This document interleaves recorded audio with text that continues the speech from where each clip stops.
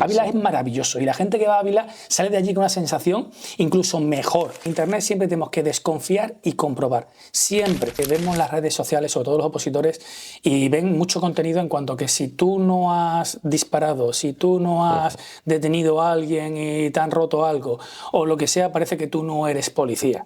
Yo con eso no estoy criticando a los compañeros que lo dicen, pero sí que es verdad que tenemos que tener otro tipo de manera de hablar a la gente que nos está escuchando. Estafas digitales, porque no puedo decirlo, porque me dicen lo primero, dice, cuando tú vayas a algún sitio no puedes decir nada de estadísticas, tienes que remitirlo a la Secretaría de Estado de Seguridad. Vale. Pero los deportes de lucha nunca pueden ser afines a la violencia, porque son deportes, con todos los valores que ello inculca y el respeto al adversario, por supuesto. Correr en el parque y yo corriendo detrás. Pum, pum, pum, pum.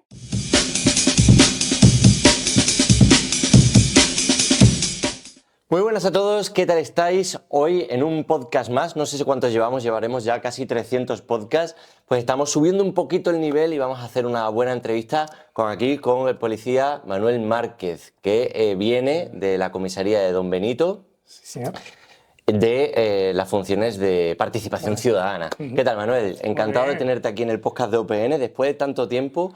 Para nosotros es un orgullo poder subir un poquito el nivel teniéndote aquí en esta entrevista que te hacemos. Bueno, buenos días, Malón. Para mí el orgullo es mío. Para mí sí que es un privilegio estar aquí y queréis que hubiera venido a vuestro centro. Y bueno, sí que me gustaría resaltar primero la calidad humana con la que me habéis acogido, que bueno, que soy ya una persona de mi edad, lo agradece. Tu edad, dice. Y bueno, vamos a hacer una entrevista, charlar un rato en una entrevista, que yo no soy nadie importante, charlar un rato sobre los temas que vosotros queréis. Bueno, no eres importante, pero al final sí que eres importante, porque al final tienes una trayectoria policial reconocida, cientos de charlas por todo tipo de institutos, residencias. Ahora nos contarás un poco de toda esa trayectoria y te iremos haciendo algunas preguntas y también meteremos aquí tanto a Liza como Irene Fuentes para que te hagan así las suyas, que tenemos también preguntas de la comunidad que nos habéis mandado y que nos ayudarán a poder conocer mejor tu labor. Y creo que es muy importante, viniendo de participación ciudadana, de entender en esta entrevista el trasfondo que tiene pues Policía Nacional en todas sus vertientes, porque siempre hablamos de lo mismo, ¿no? Hostia, policías, atracos, tiroteos, persecuciones, súper guay, pero también Policía Nacional tiene muchísimas más cosas que hacer pues eso, para la ciudadanía, por y para la ciudadanía, por la seguridad de todos, y tu función es muy relevante porque al final es la función de prevención, conocimiento, tanto menores, mayores, tanto ciberseguridad, que ahora mismo está muy en boca de todos. Así que cuéntame un poco tu trayectoria. Vamos a empezar por ahí para que la gente te conozca un poquito más. Bueno, pues yo me llamo Manuel, yo vivo en Cáceres, aunque trabajo en Don Benito, Villanueva de la Serena. Bueno, mis funciones policiales, como tú lo has dicho, son en la Unidad Territorial de Participación Ciudadana. Y bueno, dentro de, resumiendo mucho lo que sería mi labor policial, bueno, pues sería que todos los colectivos ciudadanos cuando tienen algún problema, bueno, pues se canaliza hacia mí. Si yo puedo dar una respuesta porque sea una duda, porque sea, bueno, cualquier problema que sea simple, pues yo le doy la respuesta. Y si es algo que sí que es un problema grave de seguridad, bueno, pues yo se lo transmito al jefe por nota informativa y el jefe, bueno, pues le da un cauce, hace una orden de servicio o hace un despliegue que considere oportuno. Sí que es verdad que dentro de ese cauce, de esa inseguridad y tal, también está plasmado, bueno, lo que es mi trabajo más relevante, que sería las charlas formativas, ¿no? Sí que le llaman Dirección Central charlas formativas. No me gusta llamarle charlas formativas, yo siempre digo que son charlas como tal, ¿no? Porque sea formativa, yo tenía que ser un formador y bueno, aunque yo estudié magisterio, realmente mi labor no es la de maestro, la labor de maestro, bueno, seréis vosotros que os dedicáis a eso. Pero sí que es importante informar a los colectivos ciudadanos, bueno, pues de la tipología delictiva que hay en este país, no solo de aquella que se vierte en la calle, sino de aquella que se vierte en internet y en las redes sociales, ¿no? En nuestra vida digital. A mí muchas veces me gusta decir que es súper importante desplegar muchísimos medios en la calle. ¿Por qué? Porque cuando tú sales a la calle y ves mucha policía, es una sensación de seguridad muy tangible, ¿no? La gente está muy segura por la calle. Pero muchas veces nos olvidamos de esa otra vida que tenemos, que es la vida digital, ¿no? Aquella que hacemos por internet y redes sociales. Y sí que es muy importante el trabajo de la prevención que realizamos dentro de mi unidad, todos los compañeros que están en España. ¿Por qué? Porque enseñamos a la gente a identificar esos problemas en internet y las redes sociales, para que la gente, cuando esté delante de los problemas, los identifique, sepa que eso es un problema y aunque no sepa dar una solución, por lo menos que pise el freno. En cuanto no acepto esa solicitud de seguimiento, en cuanto no hablo con esa persona, en cuanto no comparto esa información que me piden, porque ahora mismo etcétera. Es todo una puta locura, es un caos. O sea, ahora mismo creo que hay un problema generacional de esa disrupción tecnológica que tenemos ahora mismo en el final del siglo XX, principios del siglo XXI, donde están apareciendo cada vez más herramientas que permiten a los malos hacer de las suyas y realmente tienen pues tantas opciones para simular una voz, para simular una cara, para hacer vídeos ya con inteligencia artificial. O sea, tienen tanto poder que tiene que haber una contraparte educacional muy rápida para que la gente diga, identificó que esto no es verdad. El otro día estaba viendo yo en Instagram un vídeo de unos perros que se lanzaban con unos paracaidistas, eran unos perros, pues típico perro de combate, que los tiraban en paracaídas. Me quedé flipando y digo, hostia, estos perros, digo, qué pasada los perros estos, tal, y de pronto vi algo raro cuando bajaban los perros en paracaídas y digo, pues si es que esto está hecho con inteligencia artificial. Y mira que me dedico a esto. Sí. O sea, me dedico también a formar en ciberseguridad y demás dentro de la parte de la oposición y bueno, y cada vez un poquito más allá de la oposición. Y si a mí me la meten doblada, de primer impacto, es que la ciudadanía, si no la educamos, está perdida. La ciudad tiene que saber, por lo menos identificar aquello que le resulte raro. Es decir, no tienen por qué saber si eso es una estafa, no es una estafa, un acto delictivo, pero sí por lo menos identificar que eso le resulta raro. Es decir, yo siempre le digo a la gente en las charlas que en Internet siempre tenemos que desconfiar y comprobar. Siempre. Vale mejor ser desconfiado, aunque la gente siempre te diga que tú no tienes que ser desconfiado. No, sí. Vivimos en el siglo XXI, vivimos con este problema que tenemos de ciberseguridad y tenemos que ser siempre desconfiados y comprobar. Yo también he visto ese vídeo de los perros, de los pastores alemanes que saltan. Se ve claramente porque a la vez que salta se ve que los pelos de los perros no se mueven. Entonces, pero sí que es muy realista. Es decir, la inteligencia artificial ya empieza a ser súper realista. Estemos en un mundo digital. La evolución cognitiva y evolutiva nuestra siempre hacia digital. ¿Qué quiere decir eso? Que nos tenemos que poner las pilas, sobre todo papás y mamás. Vamos a hacer un parón antes de meternos en todo el tema digital, porque hay muchísimo más. Mucha gente dirá, oye, a mí me encantaría ser policía y dedicarme a esto de la participación ciudadana. Me acabas de abrir una necesidad, es decir, ostras, que me puedo dedicar a ir a dar charlas a institutos, a hablar con gente menor, gente anciana, gente de todo tipo de, bueno, pues rango social, ¿no? Para ayudarles, para educar, con lo que a mí, yo qué sé, esa persona diga, con lo que a mí me gustaría poder educar ¿Cómo has llegado hasta ahí? Vamos a empezar un poco por cuándo Manuel decide ser policía, si es de toda la vida, si es simplemente después de hacer la carrera. Cuéntame un poco y vamos a llegar a esa trayectoria. Pues mira, yo antes de ser policía estudié magisterio educación física, porque yo realmente quería ser maestro. Así que, está fuerte, ¿eh? Bueno, pensaba que se me ha caído el micro. Digo, y me gustaba siempre, ¿no? Ser maestro, siempre quiero ser maestro. Sí que es verdad, cuando yo terminé magisterio, empezó la época de la crisis del 2007, se veía que venía una crisis muy importante, y yo, bueno, siempre he sido muy previsor. Y estuve trabajando unos 8 o 9 meses en una tienda de informática, que estaba justo enfrente de la comisaría de Cáceres, de la antigua comisaría, y vino una persona, sería de una academia, supongo, porque no lo sé, y puso un cartel en la puerta, y era un típico cartel de reclamo para su academia de opositores, y ponía que era la oposición más grande, 5.000 seguidores, 5.000 plazas y tal. Total, nada, ¿eh? Claro, ahora vienen, dicen que vienen nuevos llamamientos así de gordos en los próximos años con la extinción, o sea, ya el baby boom. Sí. Generación que ahora cumple ya 59, a partir de ahí ya empiezan a jubilarse y se necesitan reemplazos. Sí, se necesita, la verdad es que se aprovechadlo. Muchos compañeros. Y bueno, lo vi y digo, pues ahora que he terminado, porque magisterio cuando terminas tiene un año ciego en las oposiciones, son cada 2 años. Yo terminé justo en el año en el que no había oposición. Vi ese cartel, yo previsor de lo que iba a pasar, digo, bueno, voy a intentarlo. Tenía siempre la policía enfrente, lo estaba viendo durante muchos meses. Y digo, bueno, pues ¿por qué no? Y bueno, oposité, aprobé. Sí que es verdad que la oposición antes, cuando yo me examiné, era más fácil. ¿Sabes? Era más fácil.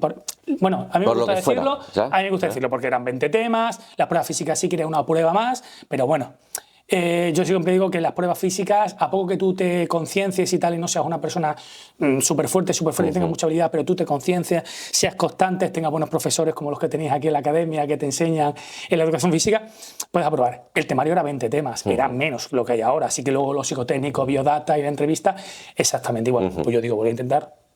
Aprobé, bueno, con la primera aprobé, entré en la policía. Yo soy eso que dice que, bueno, que la vocación, no tienes por qué tener una vocación de pequeño para hacer tu trabajo bien, con que tú seas un buen profesional, que sepas lo que tienes que hacer, que lo hagas gustoso, por decirlo de alguna manera, es decir, que lo hagas con gusto, que te guste progresar, que te guste avanzar, tu desempeño profesional lo vas a hacer de una manera muy buena y muy correcta. Yo no tengo vocación de ser policía desde pequeño, pero una vez dentro de la policía y una vez que adquirí esta plaza en participación ciudadana, pues yo considero que voy avanzando, claro. ¿Vale? Voy avanzando. Sí que es verdad que yo cuando entré en la policía, mi primer destino fue Don Benito Villanueva, tuve suerte porque yo soy de Cáceres, salieron 7 plazas en Don Benito, quedé muy bien en el escalafón a nivel nacional, cogí Don Benito y empecé en Z, ¿no? En Radio Patrulla. Estuve hasta el 2019, yo entré en el 2010, hasta el 2019, en 2019 la plaza de participación... O sea, estuviste 9 años patrullando. 9 años, sí. Estuve 9 años y luego la plaza de participación ciudadana en 2019 quedó desierta en mi comisaría porque el compañero que la desempeñaba pues se trasladó a otra comisaría. Entonces, bueno, salió la plaza concurso, la concursamos varios compañeros, las plazas dentro de las comisarías son por mérito, capacidad y antigüedad. Sí que los otros compañeros tenían más antigüedad que yo, pero yo tenía el mérito de tener magisterio, es decir, porque dentro de esta participación ciudadana tú tienes que dar una serie de charlas. Que luego la gente nos pregunta muchísimo, perdona que te corte, Manuel, sobre tener o no carrera, o tengo carrera y quiero opositar a escala básica, ¿me va a ayudar, no me va a ayudar? Pues fijaos que en este caso... Cuando la oposición es una oposición, pero luego dentro de la policía hay concursos. Sí, dentro. El saber no ocupa lugar. Es decir, cuanto más estudios tengas, muchísimo mejor dentro de la policía a la hora de ir de una unidad a otra. Sí que es verdad que la gente que oposite, que no tenga carreras o FP, eso que esté muy tranquila porque dentro de la Policía Nacional existen cursos de formación en el que tú te formas. Es decir, la Policía Nacional te forma. Es decir, la gente, aunque no tenga carreras y no entre con estudios, en la propia división te forma. Es decir, eso que la gente no es que yo no tengo carrera, da igual. Tú estás opositando a básica. Que tú tienes carrera y quieres opositar por la escala básica, cuando llegues al examen de la entrevista personal, tienes que llevar muy bien preparado que tú tengas una carrera universitaria y hayas opositado por la básica, que solo te exigen bachiller. Es decir, porque probablemente el examinador, cuando vea tu biodata y vea que tú eres una persona que tienes una carrera universitaria, un grado, que se dice ahora, te va a tirar por ahí. Va a decir, ¿por qué no aspiras a más? Claro. Porque además... Aspirar más, y lo decimos mucho, y lo dice también Marta Ponce cuando da nuestra psicóloga que prepara a los opositores para entrevistas, para el currículum y demás, para preparar todo, ¿no? De hacer biodata, tal, para que todo vaya bien preparadito. La aspiracionalidad de ayudar a los demás también es, oye, si tú tienes una carrera y puedes ser inspector de policía, ¿por qué no quieres ostentar este puesto para poder ayudar más? Ya no es por ti, no, es que voy a cobrar más, o es que voy a tener más relevancia en mi puesto. No. Es porque tú no quieres darlo todo. Claro, te van a decir, tú eres una persona conformista, ¿no? Es decir, va supuestamente por lo fácil, vamos a ponerlo, porque tú eres una persona con un grado universitario que no se te exige en la escala básica, porque no vas al nivel que tú tienes, ¿no? ¿Tú en tu caso optaste a los dos? No, yo opté a la básica. Opté a la básica. Me lo tuve que llevar muy bien preparadito porque sabía que me iban a atizar y por ahí, que por qué no entraba si tenía una carrera universitaria, antes una diplomatura universitaria, que porque por no siendo diplomado, porque entraba por la básica, ¿no? Entonces, bueno, pues tuve que defender ese momento, bueno, pues las estrategias que tenía. Porque tú querías entrar en escala básica, ¿no pensabas entrar en escala ejecutiva o...? Yo vi la opción de la escala básica y me metí por la escala básica. O sea, yo digo la verdad, yo no, ya a mi edad yo no voy a mentir. Digo, la escala básica es más fácil, es más asequible. Eso no significa que sea fácil. Mejor no he utilizado el adjetivo correcto o la palabra correcta.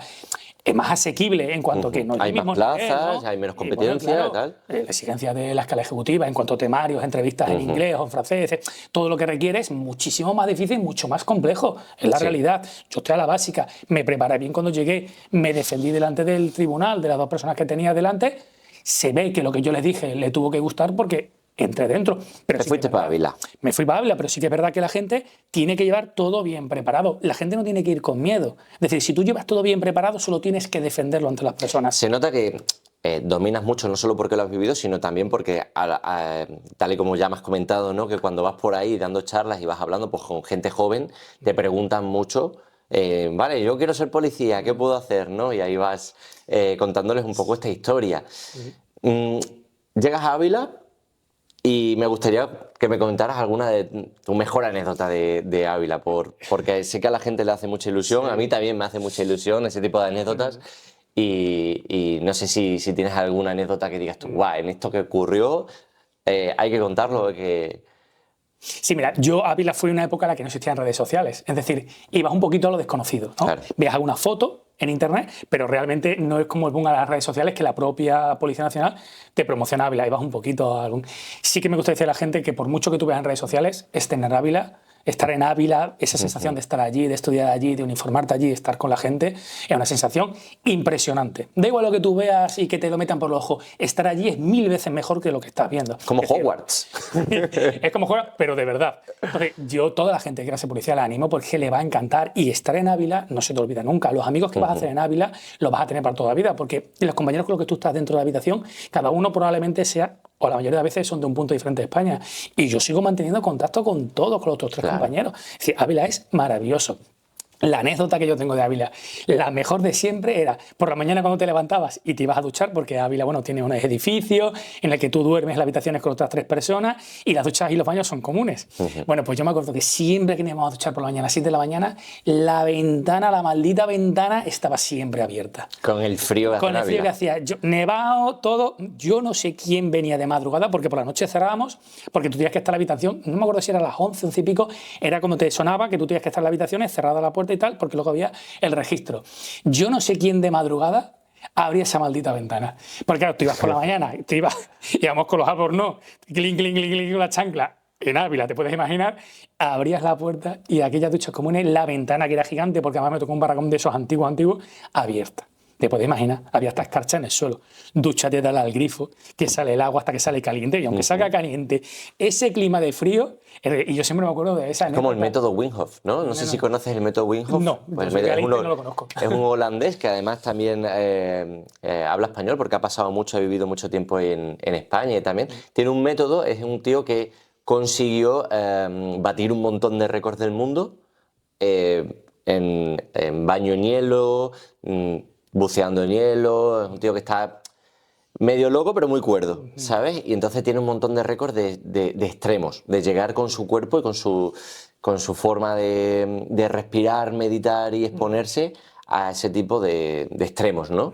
Yo me leí su libro, es una pasada. De hecho, cuando me leí el libro empecé también a practicar con el baño en frío y tal, y te endurece, ¿no? Es como que te pone el frío, te pone en tu sitio. Sí, pero tú te duchabas, terminabas de ducharte y tenías que afeitarte. Claro, porque a no ser que tú hicieras una minuta, no sé cómo será ahora, pero antes tú tenías que hacer una minuta a la hora de, bueno, si te quedas arperilla o si no te podías afeitar, por ejemplo, porque yo tenía un problema antes que me salían herpes labiales, entonces a veces no me podía duchar. Entonces el médico de cabecera me tenía preparado un escrito en el que yo presentaba con una minuta en la oficina de alumnos y decía, mira, estoy pasando esto, no puedo. Allí es comprensible. Es que yo veo mucha gente que en redes sociales dice que tú cuando vas a Ávila tienes que ser muy recto, muy tal cual. Tú tienes que cumplir una serie de normas, como en todos lados, ¿eh? Claro. Como en todos lados, una serie de normas. Pero allí en Ávila los profesores te ayudan. Es decir, la propia Dirección General de Policía te ayuda en muchas cosas, en las normas, en el desarrollo de las cosas. Es decir, aunque tú vayas a un sitio nuevo, nos ponemos en el caso que tú eres una persona que nunca ha salido de casa, del cascarón de papá y de mamá, pues como se suele decir coloquialmente, ¿no? Cuando tú vas a Ávila, que no se tenga la gente miedo. Que solo tienes que cumplir una serie de normas. Levantarte a la hora que es, ducharte, afeitarte, vestirte, ya desayunar uniformado, bien, no pegar voces, no liarla. Para los que van desde el ejército, la verdad es que bueno, el ejército se va andando por casa. Pero cualquier opositor que vaya a Ávila, que no tenga miedo, que las redes sociales infunden mucho miedo sobre muchas cosas, como los exámenes. Parece que las redes sociales, cuando alguien hace un examen, parece que su examen ha sido el más difícil del mundo, cuando a lo mejor no ha sido tan difícil, a lo mejor que no te has preparado. Ávila es maravilloso y la gente que va a Ávila sale de allí con una sensación incluso mejor. Nadie te va a hablar nada de Ávila. Es decir, yo invito a todo el mundo que no haga caso a lo que escucha en redes sociales de que aquello es muy estricto, que los profesores, ¿qué va? Los profesores son personas súper cercanas, a las que tú puedes preguntar, a las que te van a aconsejar. Y allí va a ser un sitio en el que tú vas a salir de allí y lo vas a recordar para toda la vida. Siempre para bien. Nosotros a nivel de equipo, ¿verdad? Que hemos ido todo el equipo, estaba por ahí el equipo sonriendo detrás de las cámaras. Nos vamos cada año al Cyberwall, que es un evento que siempre recomendamos porque es la oportunidad que tienen pues, muchos opositores y mucha gente que le interesa a la Policía Nacional o simplemente quiere conocer un poco más del mundo. En este caso es un evento de ciberseguridad, que ya de hecho ayer nos mandaron la notificación de que este año hay una 5ª edición de Cyberwall y ahí estaremos. Además estaremos y haremos algo con vosotros, así que quien quiera que nos escriba, que nos vemos en el Cyberwall. Pues viven la experiencia de Ávila durante 3 días porque abren Ávila de par en par, puertas abiertas, hay congresos, hay clases en las diferentes aulas, hay seminarios. Entonces, claro, todos los policías que están allí de formadores, normalmente, pues gran parte de ellos están, y también los alumnos que han pasado ese año hacen un poco como, entre comillas, de azafatos, les toca el participar, bueno, normalmente voluntariamente, con cierto beneficio, ¿sabes? Para quien termine este año, que se apunte, que nos vemos. Y claro, vives un poco lo que es Ávila y lo que es, al final, joder, mola un montón, mola un montón. Mola muchísimo. Es una experiencia, un edificio, unos pasillos que cualquiera que participe por la experiencia de tanto, ya sea de un congreso pequeño o de la formación reglada de un año, recomendadísimo. Y bueno, seguimos avanzando, no nos vamos por la rama de Ávila y nos vamos ahora a tus primeros años patrullando o a tu año de prácticas, y cuéntame también un poco de eso, que seguro que los que están escuchando el podcast pues les interesa un poco de batallita antes de meternos en las charlas. Bueno, yo estuve en práctica en Cáceres, ¿no? Porque vivo en Cáceres, hice la práctica en Cáceres. Sí que tuve mucha suerte, caí en un turno muy bueno, además que muy ameno, muy bueno. Sí que tuve buenas intervenciones, sí que además recuerdo que tuvimos una llamada, que una persona había atracado una gasolinera entrando en Cáceres por la carretera de Miajada, y que esa persona, según llamaba a la persona que trabajaba en la gasolinera, se había ido con el coche de dirección para Cáceres. Bueno, pues tuvimos tan buena suerte cuando íbamos dando vueltas a ver si lo encontramos, que identificamos a esa persona justo sacando dinero en un cajero. Ostras. O sea, más, pero al poco rato, es decir, íbamos, a lo mejor llevábamos patrullados 100 metros buscando a esta persona. ¿El rollo es ese? Sí, además lo vi yo porque yo iba de copiloto, el compañero, el profesional iba conduciendo, y me acuerdo, digo, reúne las características y tal. Ah, pues sí. Nos bajamos de una persona mayor que estaba utilizando las tarjetas de crédito de la persona que trabajaba en la gasolinera y estaba intentando hacerle, intentando utilizarla, ¿no? Porque le había amenazado con un cuchillo, le había sacado el código de seguridad y estaba intentando sacar dinero y tal, y le pillamos en ese momento. Es decir, fue para mí una batallita estupenda, ¿sabes? A lo mejor cualquier compañero que nos escuche dice, vaya mierda de intervención. Pero para una persona que acaba de salir de Ávila, un chico joven o una chica joven, que empieza las prácticas, que al poco empezar las prácticas, detiene una persona que ha hecho un robo con violencia en una gasolinera, etcétera. Claro, es un momento de descubrimiento. Esa persona va a ser detenida, pero tú en ese momento estás como, ostras, bingo, ¿no? Sí, además me acuerdo que llegamos a comisaría, lo presentamos como detenido, la persona no se resistió, lo presentamos como detenido, y me acuerdo, fue por la tarde, que me llamó el delegado de formación, porque cuando tú estás en prácticas, tu jefe, por llamarlo así, es el delegado de formación, ¿no? Quien vela por ti. Y me llamó al móvil y me dijo, oye, enhorabuena, qué bien lo has hecho y tal, y me gustó muchísimo la llamada. Y esa llamada siempre la recordaré, porque encima esta persona hace poco falleció en un accidente de tráfico, era el inspector jefe Romo, que era el delegado de formación de Cáceres, y falleció por desgracia en un accidente de tráfico. Y siempre recordé esa llamada porque que te llame el inspector jefe, el jefe de formación, y te oye, enhorabuena, qué bien, me han contado el coordinador de servicio, y oye, muy bien, recién salido de Ávila y tal, y bueno, esa cosa, la verdad, no lo Otros compañeros, a lo mejor, en otras ciudades más grandes, con otro índice delincuencial más grave, puede ser que tenga otras intervenciones más relevantes. Pero esa, para mí, recién salido de Ávila... Todo es importante. Joven, bajo mi filosofía, todo es importante, porque al final el día a día te lleva a que resuelvas los problemas. Es que no hay, hay problemas graves, problemas menos graves, pero al final todos son problemas y joder, esa persona pues, podría recuperar quizás su dinero o al menos tener justicia. Que es de lo que se trata. Pero yo me refiero más a la vertiente de que vemos las redes sociales, sobre todo los opositores, y ven mucho contenido en cuanto a que si tú no has disparado, si tú no has detenido a alguien y te han roto algo, o lo que sea, parece que tú no eres policía.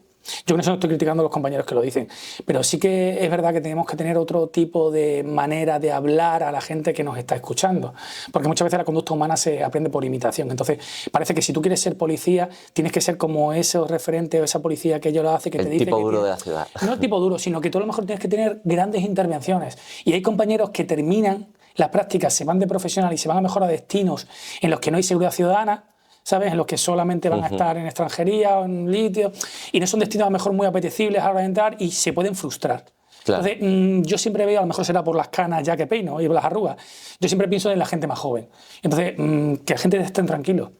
Si a lo mejor tú tienes un principio, cuando entras, un destino que a lo mejor no es de esa seguridad ciudadana, de esas persecuciones y tal, propio va a llegar. Es decir, a lo mejor cuando tú te cambias de destino o lo que sea, te va a llegar. Si dentro de la policía las intervenciones relevantes te van a llegar. Pero que tiene que tener paciencia. Paciencia, es decir, que no se frustre. Porque al final todos aguantamos mierda, en todos los trabajos y también en la policía. Entonces hay años donde a lo mejor te ponen en una puerta. Y no te queda más remedio. Los compañeros de Madrid, muchos están en puerta, comisaría general, etcétera, pero saben los compañeros que es un paso previo a otra comisaría más cercana a su domicilio, donde ellos viven, y que sí que van a tener más relevancia porque van a salir a la calle, en los GOR, o si tienen suerte UPR, etcétera, unidades de moto en las que van a tener intervenciones muy relevantes, muy relevantes. Pero no me gusta que la gente joven, cuando entre, es que me dio un destino muy malo, es que fíjate, es que estoy frustrado. Calma. Paciencia, que la vida todo llega. Todo llega, si todo es un proceso, ¿sabes? Que al principio tienes un destino que no es tan apetecible como una persona que acaba de entrar le gustaría, te va a llegar. Si cuando te muevas a otro sitio, te va a llegar, ¿vale? Pero es que a veces he visto a algún compañero frustrado nada más entrar y no me gusta. Eso sí. Muy bien, vamos a seguir con ya una vez que entramos en participación ciudadana, que ahora viene aquí un poco de turrón, y luego ya pasamos a las secciones de Liza e Irene, que estoy también deseando que hagan sus preguntas. Bueno, ¿cómo es tu día a día? Básicamente, participación ciudadana, una vez que ya coges esa plaza que queda vacante, ¿cuál es tu trabajo? Porque me imagino que tienes una libertad que muchos policías no tienen en su día a día, porque claro, tienes que ir pues, a un centro, tienes que ir a dar una ponencia, una entrevista en la radio. Hoy estás aquí, bueno, en tu tiempo libre, en este caso. Pero fíjate, en tu tiempo libre, aquí estás, haciendo que también tu labor. O sea, que es... Bueno, mi tiempo libre. Hoy me he pedido el día de asuntos propios para venir aquí. Pues fijaos. Porque, bueno, para mí considero que esto es relevante, porque no deja de ser información que tú le das a otras personas. Es decir, habrá mucha gente que vea, o a lo mejor no mucha gente, que vea la entrevista y a lo mejor algo sacan de la entrevista. Entonces, para mí es importante hablar siempre, da igual que hable un colegio, un instituto, o que tenga la suerte de venir hoy con vosotros aquí. ¿Vale? Entonces, para mí es importante, me pido el día, vengo sin ningún problema. La suerte es nuestra, ¿eh? La suerte es nuestra. Y bueno, mi día a día en la participación ciudadana, bueno, pues me gustaría empezar desde el principio, ¿no? Yo sí que a finales de agosto o principios de septiembre, yo soy como un vendedor ambulante. Yo me voy ofreciendo a los colegios, institutos. Sí que es verdad que los colegios y institutos ya todos me conocen, ¿no? Porque llevo desde 2019, ya me conocen, tienen mi teléfono de contacto, se ponen en contacto por WhatsApp o me llaman, fijamos un calendario de fecha y tal. Pero sí que hay otras asociaciones o colectivos ciudadanos o personas mayores, residencia de mayores, etcétera, que a lo mejor no me conocen. Entonces yo me acerco, hablo con ellos, me ofrezco, etcétera. Hablo con los ayuntamientos, el gabinete de prensa del Ayuntamiento de Don Benito, de Villanueva, les mando un dossier con las charlas que yo doy, las numerosas charlas que doy, y ellos, bueno, pues en sus redes sociales la publicitan. O sea, tú tienes un catálogo de charlas. Sí, Participación Ciudadana tiene un catálogo de charlas, es decir, la unidad central te habilita para dar una serie de charlas. O sea, desde Madrid ya viene un poco establecido ya desde Madrid de... Este es el calendario. Este es las charlas que podéis dar, que es muy amplia. Y de hecho, este año se han ampliado las charlas. Y ellos te dan recursos didácticos. Es decir, tienes una plataforma en la que tú accedes con una clave, etcétera, y tienes recursos didácticos que Madrid te ofrece para que tú dejes en esa charla te apoyes con ellos. Claro, te apoyo o reproduzcas esa charla y tú vas hablando y contestando a las preguntas. O yo, por ejemplo, particularmente yo mis charlas las hago en mi casa. ¿Vale? Sí que el material didáctico que te da la unidad central es impresionante y muy bueno, que pudiera dar esas charlas perfectamente, pero yo para mi trabajo soy muy meticuloso. Entonces a lo mejor la tipología delictiva que hay en Don Benito de Villanueva no es la misma que hay en Madrid, como es normal por la dimensión que tiene Madrid, ¿no? Entonces yo adapto las charlas a, bueno, pues al colectivo ciudadano. Al ámbito, ¿no? Claro, y básicamente, por ejemplo, en los colegios y los institutos, más en los institutos, sí que me gusta reunirme con los tutores antes de ir a cada charla de cada clase. Imagínate el trabajo que tiene. ¿Por qué? Porque a lo mejor un tutor me dice, incide más en este tema, en esta clase, que sí que hemos identificado este problema para redes sociales. Compartir fotografías, acoso escolar, falta de privacidad, etcétera. Entonces, la charla lo que hago es modificarla de tal forma que hago más empeño de hablar de ese tema, ¿vale? Hay clases que son muy difíciles de dar, porque si tú vas a primero de ESO A o tercero A o tercero B, tú sabes que los alumnos son cum laude, son los receptivos, con muy buena nota, que el que no le interesa se va a callar y no te va a decir nada. Tú te haces buen profesional en los alumnos que son malos, las clases que no son receptivas, que tienen alumnos repetidores. Te lo dicen los tutores, esta clase es mala, esta clase es buena. No te dicen mala, dice aquí, no, te divierten los orientadores, te dicen, mira, aquí hay repetidores, PEMAR que se llama, hay repetidores, entonces a lo mejor te cuesta un poco más porque no son receptivos. Entonces, ¿lo hacen los institutos? Que ahora los A son los buenos y los C son los malos. No, hombre, yo he puesto un ejemplo. Vale, porque yo me estaba acordando de mi época, no, se hace que los A eran como los mejores y sí que es verdad que los C éramos unos capullos. No. Ahora se hace por apellido, ¿sabes? Pero Vale. bueno, yo era por hacerlo más fácil, simplificar más fácil a la hora de explicar las cosas, ¿vale? Entonces, cuando tú llegas a esa clase que a lo mejor son repetidores, la mayoría de ellos, es decir, a ver, los jóvenes todos son listos, inteligentes. Otra cosa es que sean vagos y no quieren estudiar. Entonces, no desarrollan esa capacidad, esa habilidad de estudiar. Entonces, tú cuando vas a dar la charla, sí que te interesa hablar con el tutor para decir, oye, ¿qué es lo que te interesa que te pase aquí? ¿Qué es lo que pasa aquí? ¿Qué quiere que hable? ¿Por qué? Porque llamar la atención de ese grupo que no es receptivo es muy difícil. Tú a lo mejor tienes 10 minutos en los que puedes llamar la atención. Entonces, yo siempre suelo llamar la atención contando a lo mejor alguna historia al principio. Me invente o no, pero a lo mejor esa historia a ellos les llama la atención, porque la gente joven, aunque no estudie, son jóvenes. Hay gente que tiene ideas, tiene sueños.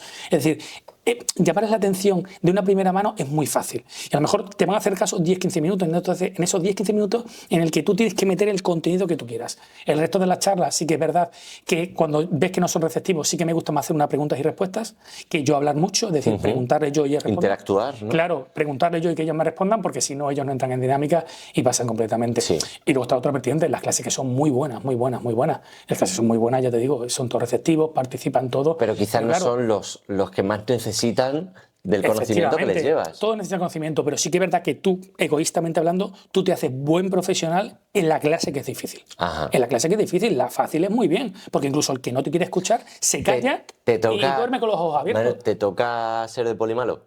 ¿De vez en cuando? No, nunca, jamás. Nunca. Mira, mi trabajo es maravilloso por la gente que conozco, y entre ellos todos los jóvenes.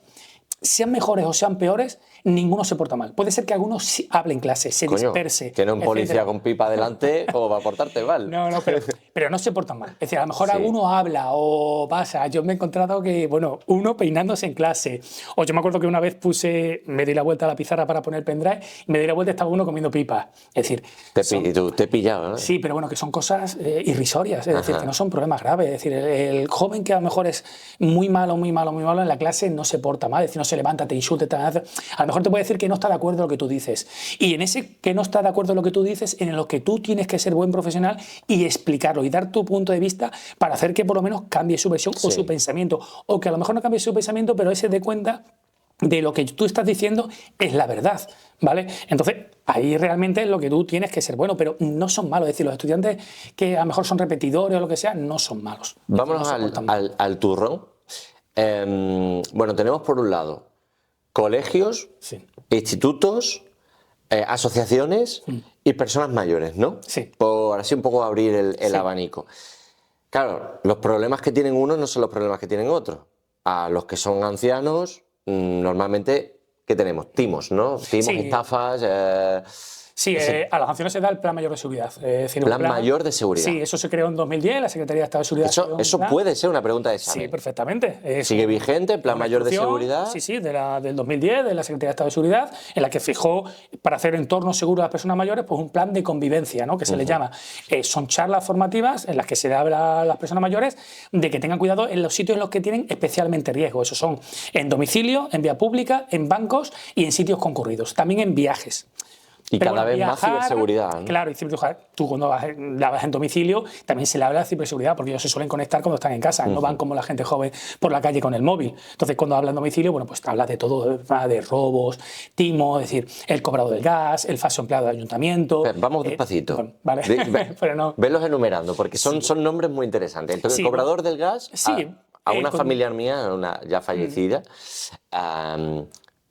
le pasó eso, el cobrador del gas, de que te vienen, te tengo que cambiar una tubería, le cambian un manguito y le cobran 100 y pico euros. Sí, o sea, estafa. O sea, típica. Claro, la gente tiene que saber que cuando viene un operario a arreglarte algo, tiene que ser porque tú previamente has establecido un contacto con la empresa, es decir, la empresa legalmente establecida, es decir, o porque la empresa te llama a ti y te dice, mira, que somos de la empresa que tienes la revisión de tal, y ya ellos por protocolo tienen que decirte quién es la persona que te va a arreglar, el número de identificador, etcétera. Y además, cuando te llaman las empresas te dicen, no pague nada. Es decir, si la persona que va al mantenimiento le cambia algo, no pague nada porque nosotros por la factura se lo pasamos, ¿vale? Sí. Sí, esa cosa ya se hace por el tema de las estafas.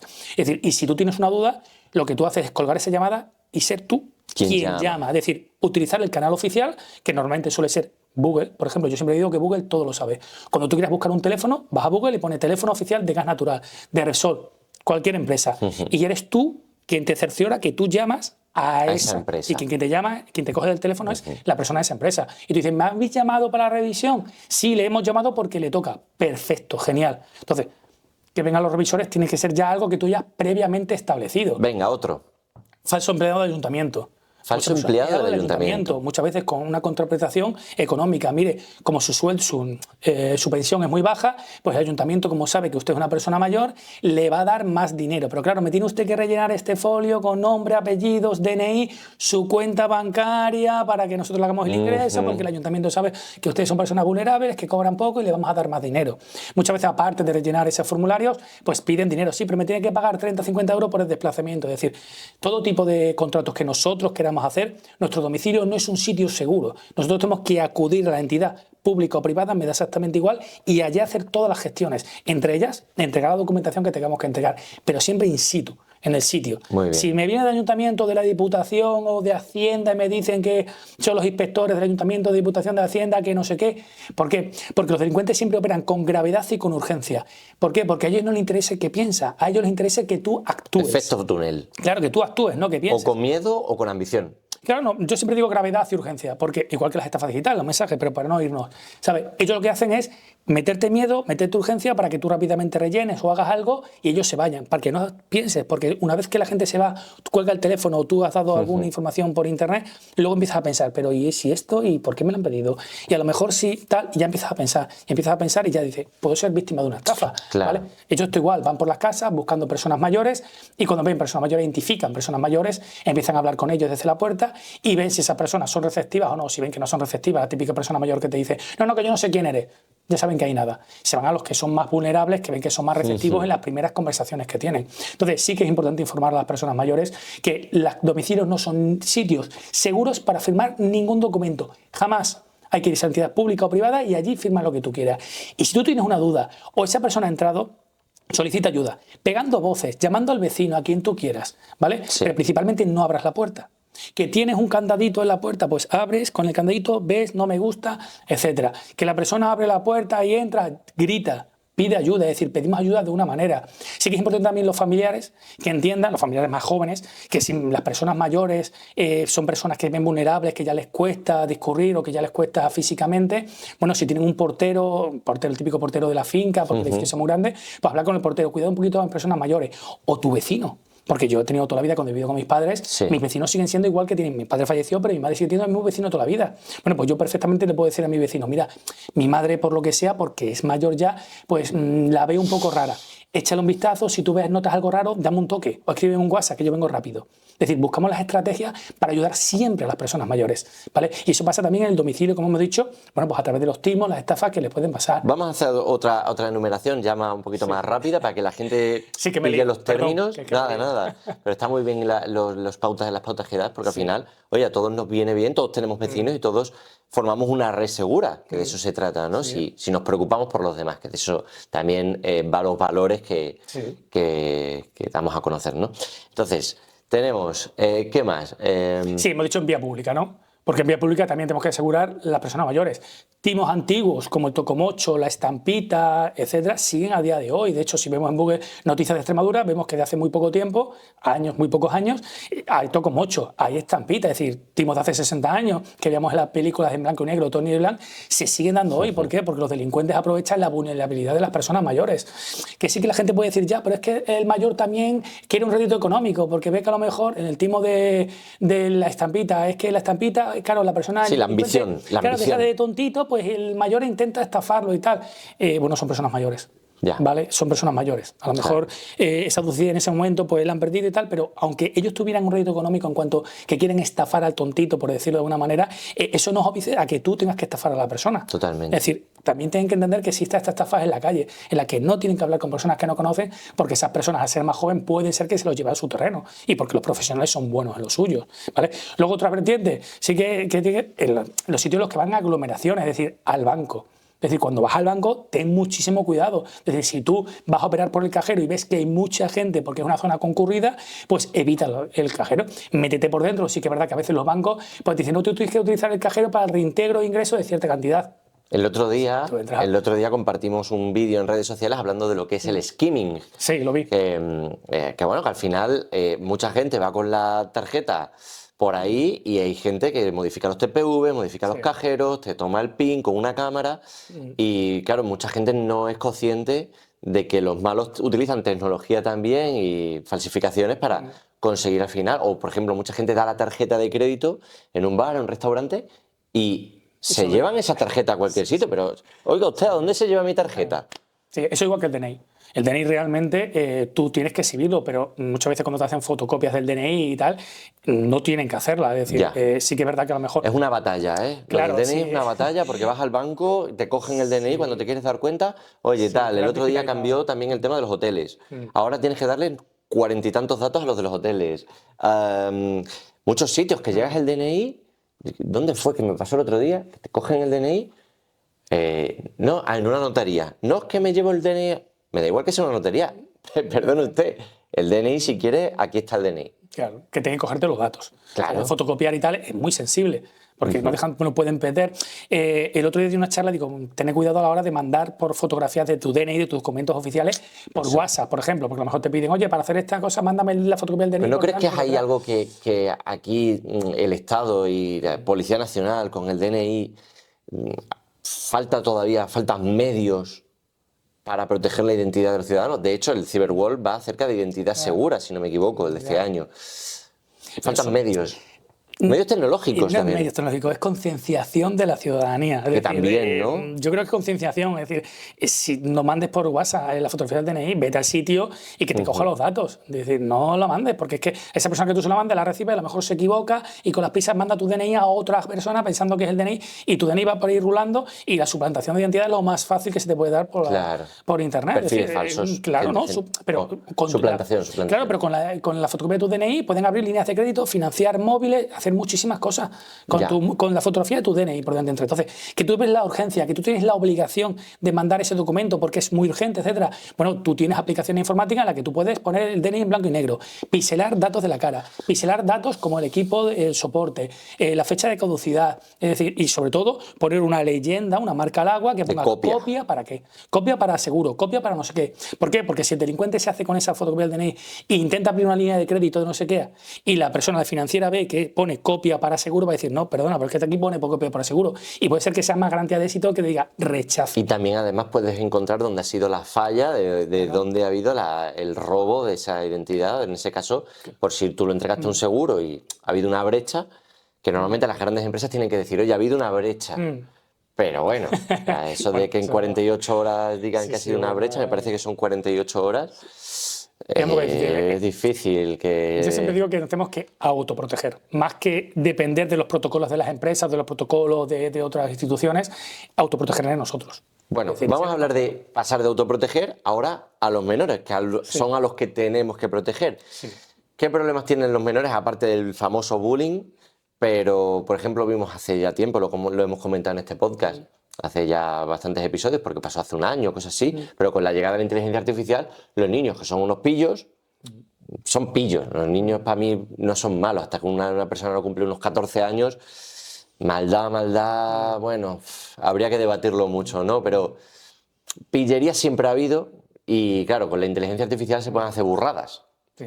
Realmente no es que sean malos, es que no saben las consecuencias de los actos que hacen. ¿Por qué? Porque no tengo una experiencia de vida en cuanto que yo a lo mejor ya con la edad que tengo sé que si hago algo, las consecuencias pueden llegar hasta cierto punto. Los jóvenes tan chiquininos no lo saben, porque tienen esa experiencia. Claro, ¿qué pasa en un caso como el que hubo en Almendralejo, que ahora se está dando por toda España? Se está dando por toda España. Es decir, utilizan la inteligencia artificial, me da igual cualquier... no vamos a dar el nombre por no hacer publicidad, pero utilizan cualquier herramienta digital, bueno, pues para crear composiciones fotográficas. La utilizan para muchas cosas, incluso para hacer los trabajos de clase, por desgracia, pero sí que realmente hacen daño realmente en esas fotografías o en esos vídeos o en esos audios en los que suplanta la identidad de un compañero. Es decir, hace muy poquito caso, he visto yo un caso en Valencia en el que una foto de una chica normal y corriente, una foto sobre una barandilla, con la inteligencia artificial desnudo la foto. Es la misma foto, pero sale el cuerpo desnudo. Claro. Y claro, parece una composición absolutamente real. Entonces, sí que es importante explicar a los menores que tengan cuidado a la hora de hacer esas cosas. Ya no solo es por el daño que le hacen a otras personas, porque muchas veces actuamos por egoísmo, pensamos en nosotros, en las consecuencias de nosotros. O sea, ya sí quieres pensar en las consecuencias tuyas. Si tú tienes 14 años, ya sabes que puedes estar cometiendo un delito, incluso de pornografía infantil, dependiendo del contenido que tú adquieras, porque ese delito, el tipo básico es la posesión de ese tipo de contenido. Entonces, es importante ya no solo que lo reproduzcas, sino que los jóvenes entiendan que otra persona te mande ese contenido y tú lo almacenes en tu dispositivo dispositivo Ya es de puede por sí ser un tipo delito. básico, claro. Es decir, y no solo que es que la foto es en realidad brutal, ya, pero es que también te dice que las composiciones, es decir, no solo que la foto sea real, sino una composición en la que se pueda dar. Tendrías que realidad. denunciar en ese Es momento. decir, claro, entonces yo siempre les digo, lo mínimo que tenéis que hacer es cuando llega ese tipo de contenido borrarlo, o sea, automáticamente borrarlo. Antes que denunciarlo, Bueno, primero borrarlo, ¿sabes? A ver, primero tienes que ponerte en la mente de los jóvenes, en los que los jóvenes es muy difícil que ellos den el paso de contarle muchas cosas a los padres. Entonces, mínimo por lo menos tienes que aconsejarle en que mínimo lo borres. Y luego de ahí sería lo conveniente, que es lo que iba a decir a continuación, sería lo conveniente que dieras conocimiento a tus padres. ¿Por qué? Porque está haciéndole daño a otro compañero o otra compañera. esto en el caso de los niños. Y si eres un Sí. padre, Hombre, también los padres- borrarlo Hombre, no, y los luego padres ya- denunciar. No, los padres ya tienes que ir automáticamente a denunciarlo. Es decir, porque los niños muchas veces piensan en ese egoísmo en el que muchas veces no le dicen las cosas a los padres por miedo a que te riñan o te castiguen y no cuenta nada. Entonces, como mínimo, bórralo, que ese contenido no les dé difusión. Eso es lo mínimo. Lo conveniente, es decir, lo importante sería que tú cuando recibas ese contenido en el que veas que es un compañero o compañera que está desnuda, mínimo se lo dirás a tus padres. Es decir, que tus padres tengan conocimiento de lo que está pasando. ¿Por qué? Porque no solo te ha llegado a ti, le está llegando a otros compañeros y eso se puede estar dando más difusión. Y las redes sociales son un campo en el que en un segundo puedes mandar una fotografía a Australia. Claro. Es decir, apoyando a todo el mundo. Es decir, los jóvenes tienen que entender que cuando llegue ese tipo de contenido a ellos, por lo menos tienen que ayudar a la persona que está sufriendo, porque eso es muy grave. Entonces, tú por lo menos comunícalo a tus padres y tus padres tomarán la decisión, como tutores legales tuyos, de si tienen que denunciarlo o hablar sobre todo, principalmente con los padres de la víctima para que tengan conocimiento de lo que está pasando y todo lo que se está trascendiendo. Porque cuando la víctima tenga conocimiento puede ser que haya pasado días y haya miles de reproducciones. ¿Y las escuelas cómo se están comportando con esto? Porque dicen los padres, pero si es en el ámbito escolar, debería ser el tutor de la propia escuela. ¿Cómo funciona Es difícil, este es triángulo? difícil. Vamos a ver, cuando la situación es dentro del colegio, es decir, cuando estaremos hablando de las situaciones que se pueden dar dentro del colegio, en acoso escolar, agresiones, insultos, tal, sí que es competencia del colegio porque están dentro del colegio. Pero a mí me gusta decir que las cosas de ciber, es decir, todo aquello llevado a las redes sociales, el único nexo de unión que tienen con los centros educativos es que son alumnos del centro educativo. Pero los profesores no tienen la responsabilidad del centro educativo. Si hubiera un profesor en ese grupo de WhatsApp, sí que él, siendo mayor de edad, es el responsable de lo que ahí se vierta y a él se le puede pedir explicaciones. Pero si no hay nadie, tienen que ser los mamás y los papás los que velen por la seguridad de sus hijos y de vez en cuando controlar los teléfonos móviles, de vez en cuando controlar la aplicación de mensajería para ver qué es lo que se están diciendo, qué es lo que están compartiendo, con quién están hablando, etcétera, si están mandando su publicación en tiempo real. Es decir, todas esas cosas que son un problema de ciberseguridad, pero tiene que ser papá y mamá. Sí que es verdad que los colegios y los institutos asumen esa responsabilidad, nunca la rechazan y ven protocolos de acoso escolar en el que primero hacen una primera valoración sobre lo que está pasando y si consideran que hay indicios de que puede haber algún ciberacoso escolar, pues se ponen manos a la obra, hablan con otras personas, con otros responsables, se pide incluso ayuda a la Consejería de Educación, que vengan otros profesionales, etcétera. Pero, repito, no podemos verter en el centro educativo la responsabilidad de criar a nuestros hijos, porque en el colegio e instituto te enseñan asignaturas y por detrás de las asignaturas vienen valores, esfuerzo, compañerismo, superación, todo lo que tú quieras. Pero la educación viene de casa. Y la educación tiene que darla a papá y mamá. Y esa protección sobre los menores es una obligación que papá y mamá tienen que ejercer. No solo tener cuidado cuando salen a la calle, no cruza por donde debe, ten cuidado con el dinero, etcétera. No, no. O sea, en las redes sociales que hay peligro. ¿A qué media edad le están dando los teléfonos a los padres a los niños? En la comunión. En la comunión, es como el cliché, estrella, ¿no? La comunión. La comunión, el regalo estrella es el teléfono móvil. El teléfono móvil. Pero es que yo se lo digo muchas veces a los padres de la AMPA, que vosotros le queréis el teléfono móvil a la edad que queráis, yo me callo. Que yo soy el padre de mi hijo, no de vuestros hijos. Pero antes, si vosotros tenéis una previsión de que la comunión, como es algo que se prepara mínimo un año antes, le vas a dar el teléfono móvil, pues ese año antes vete dándole una educación tecnológica, un acompañamiento tecnológico. Eso pasa por cuando tú vas a aprender a conducir. Antes de conducir te enseñan las partes del coche. Bueno, pues la tecnología no es solo las redes sociales. La tecnología son portátiles, ordenadores en el que tú le puedes enseñar a tu hijo cómo se enciende un ordenador. Le dices, mira, esto es el ordenador, esto es el escritorio, mira, esto es mi documento, aquí metes fotos y vídeos. Mira, esto es PowerPoint que puedes hacer presentaciones. Y esto, mira, esto es Internet. Y esto es Google, esto es un buscador. Y mira, si tú buscas esta palabra o esta cosa, mira, le damos a entrar. Mira, te ha buscado. O sea, que el niño aprende tan rápido por su cuenta. Claro, pero mira, lo que intentamos con lo que digo con la educación tecnológica, por ejemplo, si tú le enseñas a tu hijo a manejar los buscadores, cuando están en redes sociales e identifican un problema, pueden buscarlo en el buscador. Porque el buscador Google todo te lo dice. Es decir, si tú le has educado y le has dicho, mira, tú puedes buscar esta información y esta página son... Ahora ya es la IA, fiables. claro. Sí, pero bueno, pueden tener esa, o en la IA o en Google. Por ejemplo, yo siempre refiero a Google, porque a lo mejor es más fácil que no, a lo mejor no le dejan instalar ChatGPT o alguna otra aplicación. Es decir, si yo le explico a mi hijo dónde puede buscar ¿Dónde puede tener soluciones a los problemas? Si yo no estoy en casa y mi hijo se enfrenta a un problema, por lo menos tiene esa herramienta digital en la que puede buscar información sobre lo que mandar, lo que decir, etcétera. Si yo no educo tecnológicamente a mi hijo, le doy el móvil con las redes sociales, mi hijo se va a ceñir a la red social. Y ahí empiezan los problemas, porque en cuanto tiene tiene el teléfono móvil, se descargan WhatsApp, que es lo primero que utiliza. Y en cuanto se descargan WhatsApp, ya automáticamente el contenido les llega, no porque ellos lo buscan. El contenido, ¿cómo me refiero? Inapropiado, es decir, el malo. Automáticamente se lo van a reenviar al resto de los compañeros. Porque la gente joven, cuando ven algo que no entienden, se ríen y lo comparten. Y el daño se hace más extensivo. Por eso es la intención de que papá y mamá estén un poquito encima. Yo tengo una teoría de cómo las redes sociales se van abriendo puertas y cómo vienen siempre nuevas generaciones y siempre va a estar pasando en nuevas generaciones de redes sociales, y es por el hecho de a que las nuevas generaciones necesitan una nueva red social donde no estén sus papá y mamá. Entonces, cuando llegó en España, Facebook, pero sobre todo llegó Twenty. Twenty, claro, papá y mamá no tenían acceso a Twenty. Ya la gente se va haciendo más mayor, y ya los padres empiezan a entrar en Twenty, se abren una cuenta, no sé qué, no sé cuánto.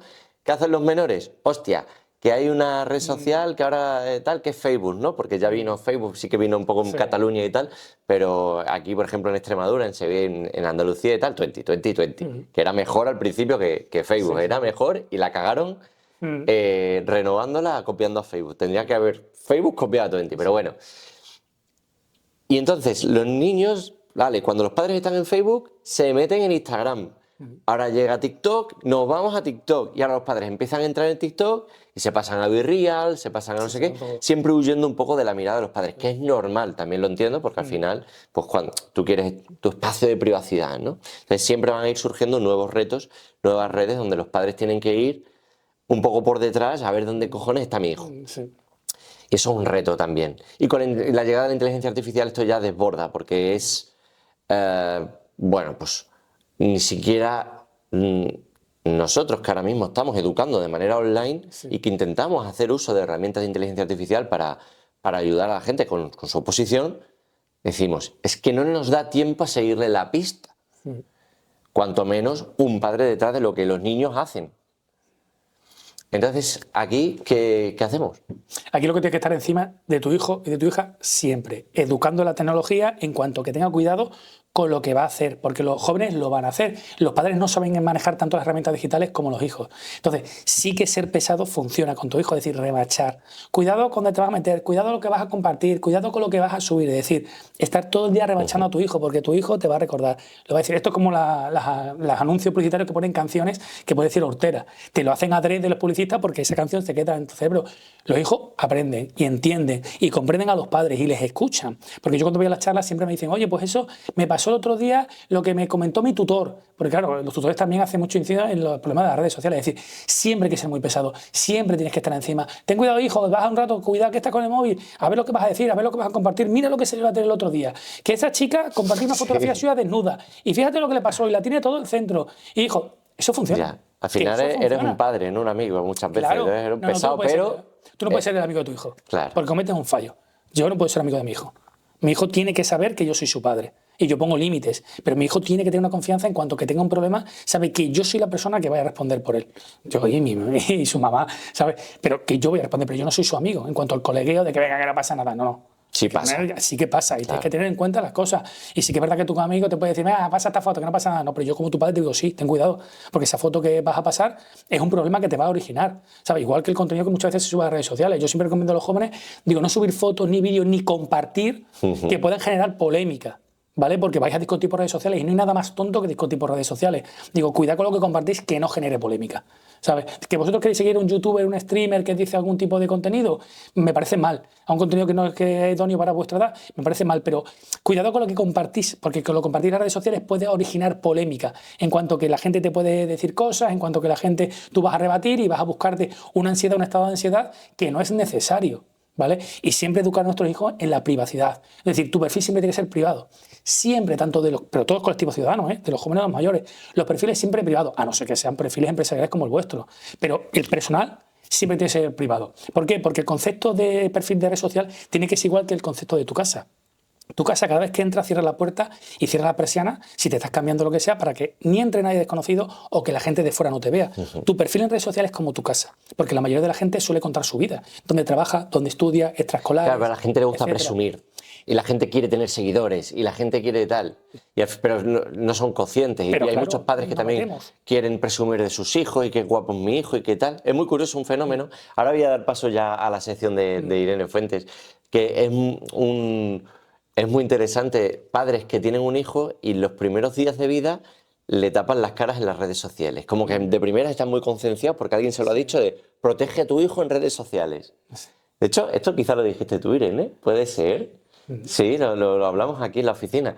Que protegen a los hijos, pero como que pasan un par de semanas y ya ven al hijo, hostia, qué guapo es, y ya se les olvida lo de la protección de la imagen de su hijo, y ala, a exhibir al hijo. Pues entonces hay una ahí... Claro, hemos dicho que la conducta humana se aprende por imitación. Si tu padre hace el sharenting es lo que estás comentando, es decir, es comentar desde la primera ecografía de tu hijo de embarazo hasta toda su vida. Es decir, los hijos, los referentes que tienen, los primeros que tienen son sus padres. Si sus padres hacen una cultura de la exhibición de sus hijos en redes sociales, lo que está aprendiendo tu hijo es que tú tienes que exhibirte en redes sociales, ya porque las redes sociales encima es una cultura de la exhibición absoluta. Es decir, si estamos aprendiendo que nuestros referentes lo que hacen es estar todo el día en redes sociales y promulgarme en redes sociales, lo que yo voy a hacer cuando tenga ya mi teléfono móvil es seguir contando mi vida y exponiendo mi vida. Si el problema de las redes sociales es la sobreexposición que tenemos a que todo el mundo pueda opinar de nosotros, Sí. a que todo el mundo sepa mi vida, dónde vivo, dónde estudio, dónde trabajo, etcétera. No, eso es un problema grave.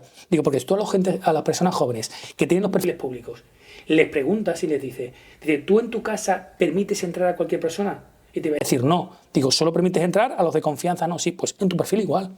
Digo, ¿por qué tú estás comentando tu vida en tu perfil? Y toda la gente que te sigue en tu perfil, 1000, 2000, ¿tú los conoces? Hay algunos que te dicen que sí, ¿eh? Digo, joder, yo los conozco los 1000. Digo, ¿tú confías en los 1000? No. Pues esto es exactamente igual. Claro. Digo, sobre todo, mirar, digo, lo principal, digo, aunque no me hagáis caso, porque no me van a hacer caso, vuestra casa nunca la publiquéis. Vuestra casa tiene que ser vuestro entorno físico y digital seguro, en el que nadie tiene que saber dónde vivís, ni quién son vuestros hermanos, ni quién son vuestros padres. Eso es el mínimo que tenéis que hacer en redes sociales. La casa nunca se exhibe en redes sociales. Es un reto, ¿eh? Es un reto, te lo digo yo como autónomo, los autónomos, que la del domicilio fiscal al final lo tienes que exhibir y que dices tú, no es información donde ahí el Estado también falla, porque no se puede proteger ese dato. Pero bueno, de eso hablamos en otro momento. Voy a dar paso a Irene. Buenas, Manuel, encantada. Encantado. Ha sido un placer conocerte y un placer para nosotros tenerte en nuestro podcast. El placer es mío, que me estoy sintiendo súper cómodo. Bueno, voy a unir un poco la conversación que tenías con Malón sobre los menores, que justo el otro día vi una chica que sus padres le sacaron una foto y se hizo un meme de la foto de esta chica. Y ahora, que han pasado ya unos años, la niña está teniendo problemas psicológicos a consecuencia de haber sido meme, que claro, su foto roló por todos los WhatsApp de todo el mundo, todas las redes sociales, en fin, que al final es un peligro la exposición que hacen los padres de sus hijos en las redes sociales, ¿no? Claro, es decir, si tú haces una cultura de exhibición sobre tu hijo, tus hijos van a aprender y van a hacer lo mismo que haces tú. El problema es lo que hemos dicho al principio, es decir, los jóvenes no saben muy bien las consecuencias de las cosas que hacen. Entonces, ellos, por ejemplo, el meme, ya no solo el meme, el sticker, el típico sticker es lo más fácil. ¿Vale? La típica composición fotográfica, tú si le preguntas a los jóvenes te dicen que no les gusta que le hagan sticker. Digo, bueno, pues tenéis que entender que si vosotros estáis todo el día promulgando en redes con las fotografías que compartís, pero cuando hablamos de redes sociales, los jóvenes muchas veces no piensan en el WhatsApp.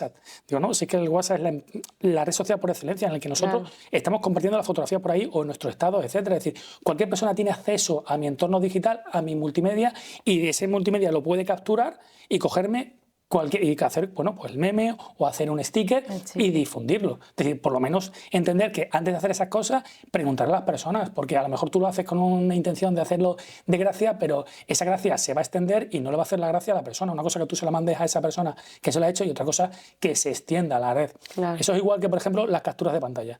De las conversaciones, perdón. A los jóvenes también en esa educación digital hay que decirle, lo que a ti te encuentras por privado, por las redes sociales, es una cosa privada, tú no puedes extenderla a todo el mundo. Y ya cuando seas mayor puede ser que cometas incluso un delito revelando un secreto que previamente te han dicho, eso es un secreto importante, no se lo vayas a decir. Pero esa educación tiene que ser desde pequeño y que también que los jóvenes entiendan que lo que te cuentan o el audio que te mandan privado de alguna cosa, tú no puedes reproducirlo ni mandarlo. Igual que hacer una captura de pantalla de cualquier foto y mandársela a otra persona sin el permiso. Vale. Y hablando de los menores, ya para antes de meterme en otras preguntitas, has dicho que tenías un hijo, ¿no? Tengo dos. Vale, tienes Tengo hijos. No sé si a ti tus hijos, imagínate, no sé la edad que tienen, que con 6 años te dicen que quieren tener un móvil con acceso a internet. Y te hago esta pregunta porque, haciendo un poquito de OSINT, Sí. vi un titular que decía que decías que retrasar el acceso y consumo de la tecnología a los jóvenes era un error. Sí, muy ¿Por bien. qué? Y lo sigo defendiendo y me quedé mucha crítica. Cuando yo hablo de tecnología no hablo de redes sociales, hablo de todo lo que implica la tecnología. Estamos en un mundo digital. Todo nuestro avance evolutivo y cognitivo es con la tecnología. ¿A qué me refiero? Te vas a una guardería y los apoyos didácticos que tienen la maestra y los maestros son pizarras digitales conectadas a internet en las que reproducen vídeos. Es decir, estamos hablando que desde pequeño el apoyo didáctico de las personas que enseñan a nuestros hijos asignaturas son en un entorno digital. Estamos hablando de que todo el acompañamiento es digital, que los profesores en colegios e institutos, los trabajos suben a la nube, me lo mandas por la nube, me lo mandas por este lado, etcétera. Es decir, todo es un acompañamiento de esta tecnología, la inteligencia artificial, etcétera. Es decir, todo se va profesionalizando y todo se va haciendo, incluso vosotros en vuestras empresas que estáis utilizando la inteligencia artificial para que todo vuestro entorno digital y vuestro contenido esté llegando a más gente.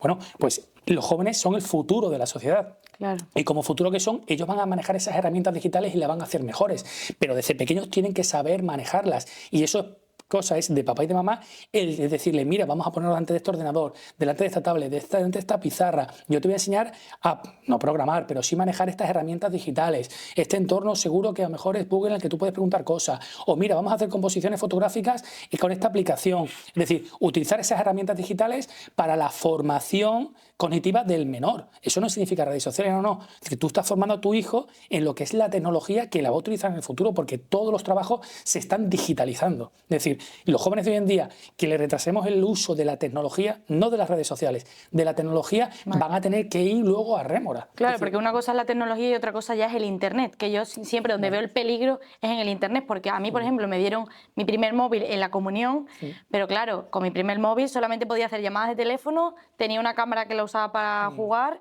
y poco más, es que no podía hacer nada más. El problema es que ahora le dan un móvil con acceso a Internet. Entonces, ¿tú le darías a tus hijos un móvil con acceso a Internet a qué edad?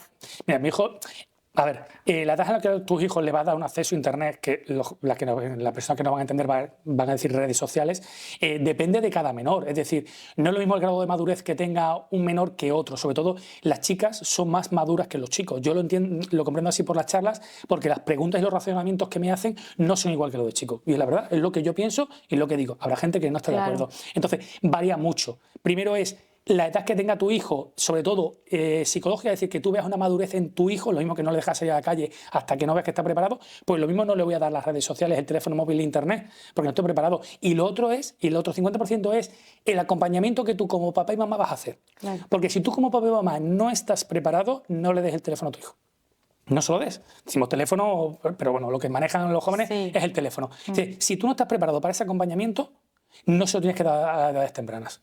Porque no vas a saber vigilarle. Es decir, muchas veces tenemos que vigilar a nuestros hijos, tenemos que desconfiar y vigilar, porque no es lo que mi hijo haga, es a lo mejor lo que otros le mandan, ¿vale? Y, por ejemplo, estamos hablando de tipologías como el grooming. Es decir, cuando adultos, detrás de perfiles falsos en redes sociales, se ponen en contacto con menores para conseguir con ellos fines de naturaleza sexual. Claro. Es decir, muchas veces los jóvenes, cuando están metidos en ese grooming, lo que hace el groomer es decirle que no se fíe de sus padres, que a lo mejor si sus padres se dan cuenta le va a quitar el teléfono móvil, es decir, le mete miedo. Intenta aislar al joven. Entonces puede ser que si yo no tengo esa conciencia digital de que tengo que vigilar a mi hijo o saber un poco, puede ser que, por ejemplo, este groomer esté aislando a mi hijo y mi hijo cada vez que yo me acerque borra la conversación y yo no sé lo que está haciendo. O a lo mejor no puedo buscar esa conversación. Cuando es tan fácil que decir, ¿qué estás haciendo? No, ¿has borrado? No lo he borrado, no te preocupes. Dame el WhatsApp, lo desinstalo, lo vuelvo a instalar y copia de seguridad. Y voy a ver lo que has hecho.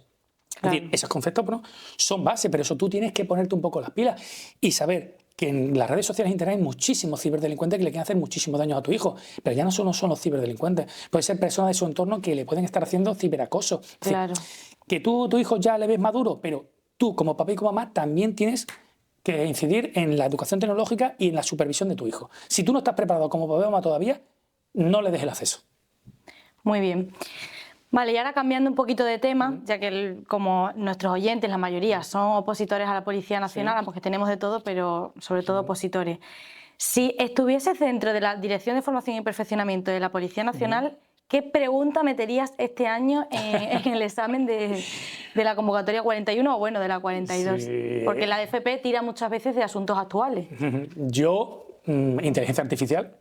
Metería porque si hay, no sé si, porque no, ya estoy un poquito perdido de lo que es el tema de la oposición, si hay algo de informática yo metería inteligencia artificial. Sí, es que claro, sobre todo los temas de informática es temario abierto, entonces uno nunca sabe hasta dónde tiene que estudiar porque pueden meter cualquier ciberdelito nuevo que haya salido. Yo creo que inteligencia artificial un poco por ahí puede ir.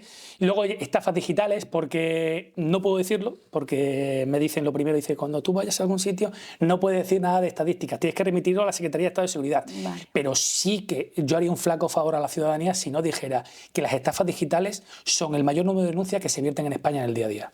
Me pueden tirar de la oreja y gravemente, pero es la verdad. ¿Qué quiere decir eso? Que hoy en día a día, desde hace un año y medio, nos están dando los ciberdelincuentes fuertes las estafas digitales. Términos como skimming, que dijo, términos como, por ejemplo, spoofing, phishing, smishing, todo ese tipo de tecnología, anglicismo, que no traducimos porque nos suena muy bien, sí que sería conveniente que los jóvenes más o menos tuvieran una noción, porque te pueden preguntar fácilmente, el spoofing es una estafa digital, telefónica, de mensajes, de correo electrónico, tal, y tienes que identificarla. Yo dentro de mi desconocimiento, que por eso no estoy en la división, yo pondría sobre todo temas de inteligencia artificial o encaminado a las estafas digitales. Pues ya sabéis, chicos, a miraros bien la guía del INCIBE y aprenderos bien todos esos términos. Otra pregunta que no tengo apuntada para que no se me olvide es, porque claro, yo siempre digo que en la Policía Nacional como que hay un hueco para todo el mundo, porque hay tantas unidades y realiza tantas labores diferentes que todo el mundo podría tener un huequito en la policía, ¿no? ¿Qué labor ahora mismo no has realizado y que antes de terminar tu profesión como policía te gustaría hacer? Pues es difícil, porque en esta que estoy de participación ciudadana, cada vez, y es raro, porque como estoy en una comisaría local, hago cosas nuevas. Por ejemplo, hoy, ¿no? Que tengo el privilegio de estar aquí. Entonces, sí que es verdad que por ahora no me pienso en ir a otra unidad. No pienso en otra unidad, pero si tuviera, me diría, oye, pues dime otra unidad. Yo creo que violencia de género. Yo creo UFAN es un sitio en el que necesita muchísima gente trabajar para ese acompañamiento, no solo UFAN, sino también la UPAP, es decir, aquellos que siguen el seguimiento a las víctimas. Yo creo que es un sitio en el que todo el mundo tenemos cabida, en el que todo el mundo tenemos que luchar para que esta la violencia de género termine. Y sobre todo ese acompañamiento, ese sentir y sobre todo que las víctimas no se sientan revictimizadas. Que muchas veces toda la sociedad en general victimizamos a la propia víctima. Sí, estamos viendo hoy en día en que cualquier persona que sale a la palestra y dice, oye, yo he sido víctima, se la estigmatiza. Claro, yo estuve haciendo unas prácticas en una asociación de víctimas de violencia de género y acompañé a víctimas a la UFAN a poner denuncias y demás. Y yo como criminóloga vi muchas carencias a la hora de la recogida de la denuncia, porque la víctima, aparte de que va súper insegura, tiene muchísimo miedo, no sabe si denunciar, si no denunciar, si luego retirar la denuncia, etcétera. Y el ámbito donde se le recoge la denuncia, pues no lo vi bueno al sentido de... No lo sé porque yo no estuve presente y no me gusta hablar cuando no estoy presente, pero por ejemplo en la colación lo que estás diciendo, sí que por ejemplo a mí cuando yo veo muchas charlas que se dan sobre violencia de género, las instituciones públicas dan muchas charlas, etcétera, a mí me hace falta siempre o un policía nacional o un guardia civil que sea experto en violencia de género. ¿Por qué? Claro. Porque muchas veces a las personas que por desgracia son víctimas de violencia de género se le hace un ofrecimiento de acciones en cuanto a que las instituciones públicas o privadas se le da esta serie de cosas.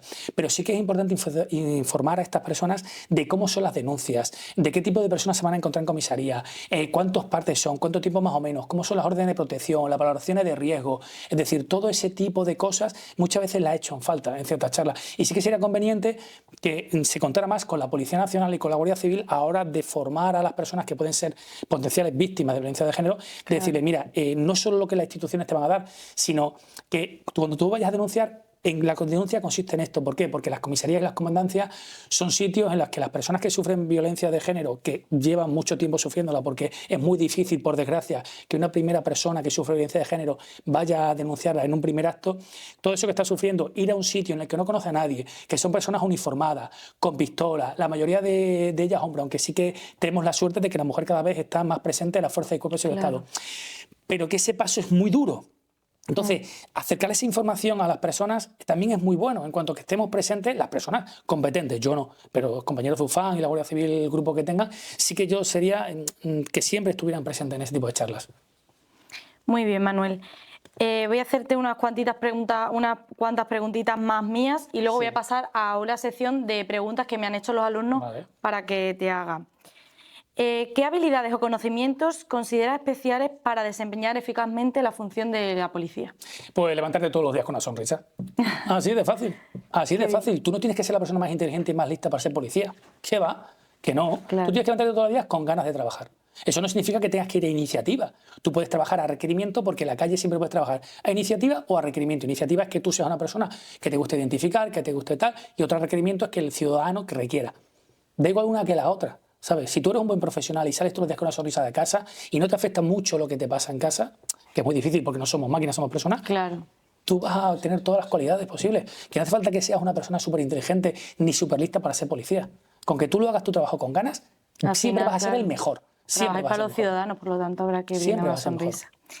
¿Alguna vez un niño en una de sus charlas le ha hecho una pregunta que te haya dejado sin palabras? Muchas, sobre todo las chicas. Las chicas te hacen mucho.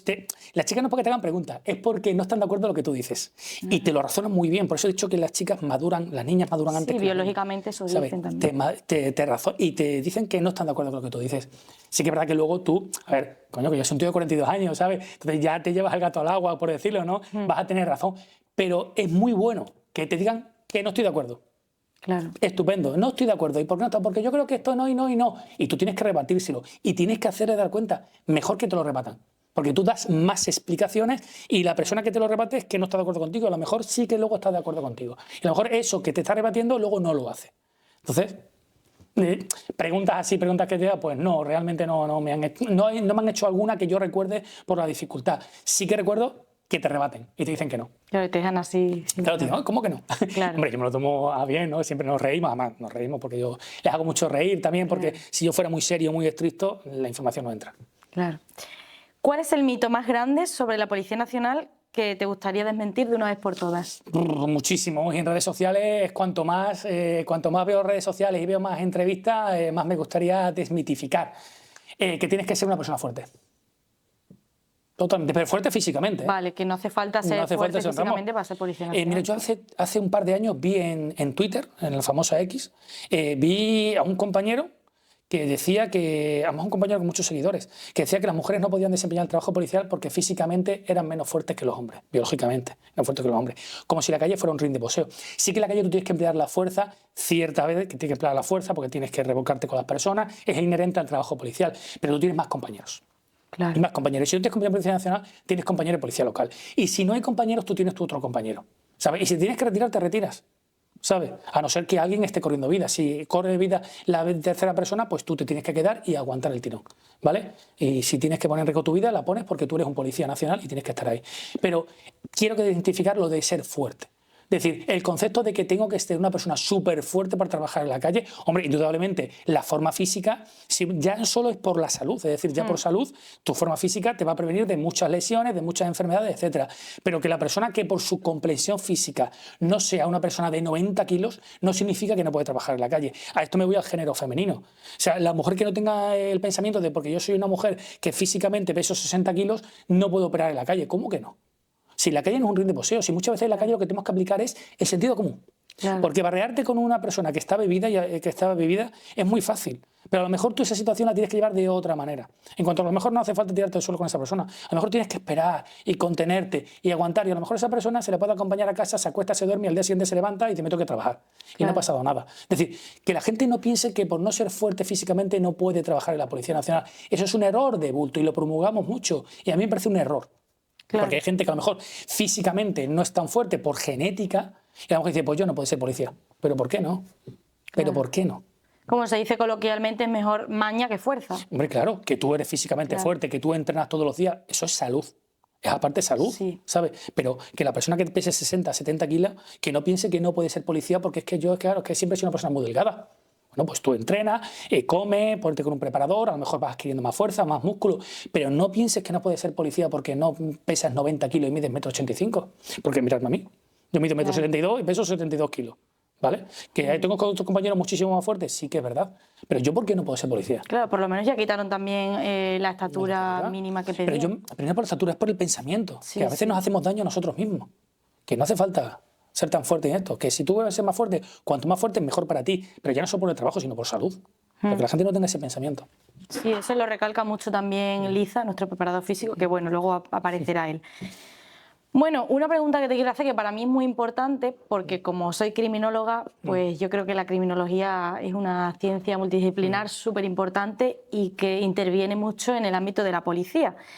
Entonces, teniendo en cuenta que muchos opositores, tanto alumnos que nos llegan a nosotros como otros opositores que han terminado la carrera de criminología y luego se meten a la oposición porque quieren ser policías nacionales, y luego están pues los policías nacionales que no han hecho criminología, pero que una vez dentro del cuerpo pues deciden estudiar criminología. ¿Crees que la criminología tendrá un mayor impacto en la labor policial en los próximos años? Sí, por supuesto que sí. La criminología te hace especialista, te especializa en muchísimos campos dentro de la Policía Nacional, no solo en científica, sino en la de investigación, judicial, etcétera. Es decir, quien determine estudiar criminología, a mí me parece que es una carrera súper enfocada a lo que es la Policía Nacional, a todo el ámbito de la Policía Nacional. A mí, si la gente decide, porque hay mucha gente que en las charlas de acceso a la policía te dice, ¿qué me recomiendas? ¿Opositar y luego estudiar una carrera o estudiar una carrera y luego opositar? Digo, es exactamente igual. Digo, yo siempre soy partidario, primero, si quieres, estudia una carrera y luego ya te metes en la policía. Pero tú te puedes meter en la policía porque a lo mejor tienes estrecheces económicas y necesitas ya estar dentro del cuerpo, ya estar trabajando y conseguir una nómina para progresar tus estudios, aunque luego vayas un poquito más despacio. No tengas tanto tiempo, a lo mejor, por el trabajo policial de estudiar. Pero el saber nunca ocupa lugar. Y la criminología es una ciencia enfocada a la Policía Nacional. En la Policía Nacional, Guardia Civil... Claro, al final es delito, delincuente, víctima, control social... Además, la gente ya solo con verte a ti, los vídeos que haces, los reels, cómo hablas de todo, del derecho, de todos los temas, ya la gente va a ver que tú estás muy formada a ser criminóloga. Es decir, si una persona tiene aspiraciones y dice, joder, qué bien habla Irene, mira todo lo que sabe, todo lo que dice, qué bien lo expresa. Bueno, pues porque tú también te has formado, ¿no? Y dentro de eso de la criminología te da toda esa formación en derecho, en todo ese tipo de cosas. Claro, ¿y crees que se nos debería de dar méritos o puntos a la hora de decidir entrar a la Policía Nacional o una vez dentro del cuerpo? Yo ahora no lo sé. Antes yo, por ejemplo, tuve un poquito más de puntuación por entrar con una carrera universitaria. Yo entiendo que también el acceso ahora también te da a lo mejor alguna puntuación, tener una carrera, no lo sé ahora cómo está. Yo creo que me parece que no. Pero una vez dentro, cuando tú quieras meterte dentro de alguna unidad especializada, volvemos a lo mismo. Yo adquirí participación ciudadana porque, claro, en mérito y capacidad, yo tenía el mérito de tener una carrera enfocada a la docencia, es decir, porque dentro de participación ciudadana el núcleo más grande son las charlas y tenía la capacidad porque ya había estado en un colegio previamente dando dando clases. Entonces, si tú eres criminólogo, ya dentro de la criminología hay mucha especialización, es decir, has tocado muchos temas y sabes muchos temas, tienes una serie de méritos y capacidad que probablemente adquieras la plaza antes que otra persona por antigüedad. Entonces, el saber nunca ocupa lugar y nunca, como has dicho tú antes, cuando entres dentro de la policía, la unidad a la que tú vas a ir y que tú quieras ir una vez dentro, porque a lo mejor ahora todo el mundo quiere ir a la OIP, pero una vez dentro, pues te gusta a lo mejor otro tema más de investigación o de extranjería o de científica o de información. Y dices, oye, pues la carrera que hice me vale, porque la carrera esta, claro, cuando me pidan el mérito, yo en la asignatura que estudié esa asignatura y lo puedo corroborar porque tengo la documentación oficial de que yo he estudiado esos créditos universitarios y le puedo contar y ya vas a empezar a ganar a otra gente. Claro. Pues sí, la verdad es que yo pienso que la criminología es súper importante y que debería de contar porque al final la labor policial pues apoya un montón. Cambiando de tema, ¿cuáles crees que son las mayores brechas en la educación escolar y en la educación de casa? Eso es muy difícil de decir, ¿sabes? Para cuando tú no eres un experto en esto. Hombre, la brecha en casa, por ejemplo, yo creo que es mucho dejar a los hijos que maduren solos. Decir, venga, sí, pues lárgate a la calle y venga a la hora que quieras. O toma el móvil y déjame en paz que quiero ver el partido. O quédate un rato en casa que me voy a comprar y el niño tiene 10, 11 años. Claro. Es decir, un poco es el día a día, el cansancio del día, el estrés del día a día, lo que te hace es un poco darle demasiada autonomía a tu hijo. Sí que es verdad que tú tienes que ir poco a poco dándole una madurez y una autonomía para que vaya adquiriendo otros recursos, pero sí que es verdad que a veces dejamos demasiado a nuestros hijos al libre albedrío como tal. En la educación es muy difícil porque yo tendría que ser un docente para decírtelo, ¿sabes? Yo respaldo mucho la educación porque como estoy casi todos los días en los colegios e institutos, veo el trabajo docente que hay. Sí que es verdad que los maestros y los profesores te dicen que a lo mejor todo el currículum, todo lo que tenían que estudiar los jóvenes cada vez es más fácil, etcétera. Pero tendría que ser yo un profesor para decirlo y no lo soy. Vale, no, porque a lo mejor con las charlas ves alguna carencia más en los niños o algo. No, la educación yo creo que porque además aquí en Extremadura tiene el foro Nativos Digitales en los que también hablan los tutores de este tema de ciberseguridad y sí que muchas veces los jóvenes te dicen, oye, pues yo recordé lo que me dijo mi tutor, lo que me enseñó el año pasado y no caí, tal. Es decir, que se acuerden de las cosas que le enseñan los profesores. Claro, sí, al final los niños, la memoria chupan, son esponjitas. Otra cosa, hablando también de los niños, porque España es la cuarta potencia de Europa en el consumo de videojuegos. ¿Los menores juegan a los videojuegos porque hay una predisposición a la violencia o jugar a videojuegos los hace violentos a los menores? Yo creo que todo lleva una cosa a la otra. Sí que es verdad que juegan a los juegos que son más violentos porque, bueno, además te los promulgan las redes sociales, de jugar esos juegos, lo hacen otros compañeros, los streamers también y youtubers te juegan esos juegos online, es decir, el entorno físico tanto de sus compañeros como el digital de que ellos ven, les invitan a esos juegos. Y yo creo que una cosa lleva a la otra. Es realmente el contenido que tú visionas, todo ese contenido que tú vas visionando un día tras otro durante semanas y meses, te condiciona a la hora de relacionarte con los demás. Eso es igual que cuando tú te crías en un entorno de violencia en tu casa. Si tus padres se pegan, son alcohólicos, tienes mucho problema en tu casa, tú lo que tú vas a proyectar en tu alrededor es lo que tú sabes y lo que tú vives. Pues los juegos online exactamente igual. Los jóvenes muchas veces tienen comportamientos un poco agresivos porque están todo el día jugando a juegos que se basan mucho en matar, en pegar, etcétera. Entonces muchas veces están metidos tanto en esos entornos digitales que pierden muchas veces la noción de la realidad. Y a lo mejor tú le riñes y te pegan una voz. ¡Ah, que no sé qué! Y luego ya se van calmando y se dan cuenta de Claro. me he sobresaltado, es decir, tengo unos comportamientos a lo mejor que no son los adecuados. También viene mucho esto de casa, porque si los padres proporcionan a sus hijos videojuegos o no saben a lo que están jugando y a lo mejor son videojuegos para mayores de 18 o para mayores de 16 y el niño tiene 9 o 10 años, pues... Mira, ahora está de moda otra vez una serie en Netflix. El juego del calamar, ¿no? Yo no la quiero decir, en la que da muchos problemas a la gente joven. Sí. Tuvimos muchos problemas hace muchos años con la primera temporada porque los patios de los colegios reproducían los juegos de esa serie, como no podían matar, daban collejas, patadas, etcétera. Los jóvenes discutían unos con otros, claro. Las chicas se quejaban de que los chicos no lo dejaban jugar, porque claro, en esa serie quien suele ganar son los hombres, no las mujeres. Las mujeres y los ancianos son los que mueren y pierden siempre. Entonces los chicos decían, tú no, que tú eres muy débil, porque lo dice la serie. Es decir, todos esos problemas que tuvimos hace muchos años, volvemos a revivirlos de nuevo.